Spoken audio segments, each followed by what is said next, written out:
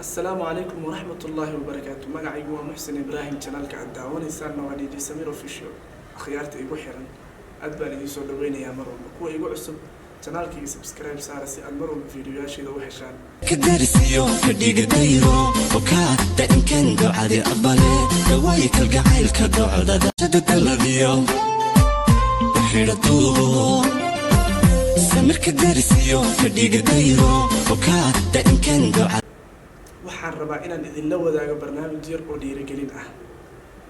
marka aad rabto inaad horumar gaarto waxay u baahan tahay wax walba inaad basic ama hoos ka soo bilaawdo. wax la yiraahdo nasiib ama wax hal mar kor laga bilaabay ma jiro. guri hadaad rabto inaad dhisto ama darbi weyn waa qasab inaad samayso dhagaxantii bulkeetiga inaad qurxisaa qaabkii aad u dhigdhigaysa dhagaxantaas aad habaysaa kadib ayaad darbiga dhisi kartaa. laakiin hal mar darbi ma taagi kartid.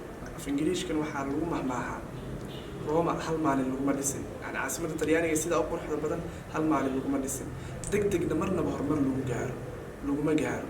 waxaa kaloo jirta sidaan ognahay tusaale ahaan baaskiilku markaad wado haddaadan horey u soconin baaskiilka aad istaajiso uu kula dhacayaa. laakiin mar walba horey u wada baaskiilka balance ayuu ahaanayaa. sidaas sida mid haddaad rabto inaad horumar gaarto waa inaad hor socod yeelataa. laakiin haddaad meeshaad iska fadhido waxaad noqonaysaa maxay ahayd hoos ayaad u dhacaysaa.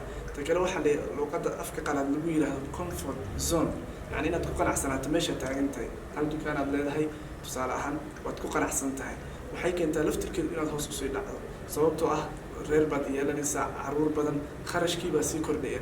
marka adiga haddaad ku qanacsanaato inaad meesha taagnaato hoosun baad sii aadaysaa. comfort zone-ka dhibkaas ayuu leeyahay. marka ku qanacsanaanta meesha taagan tahay mar walba hamigaagu waa inuu sarreeyaa si aad horumar usii weynaado usii koro.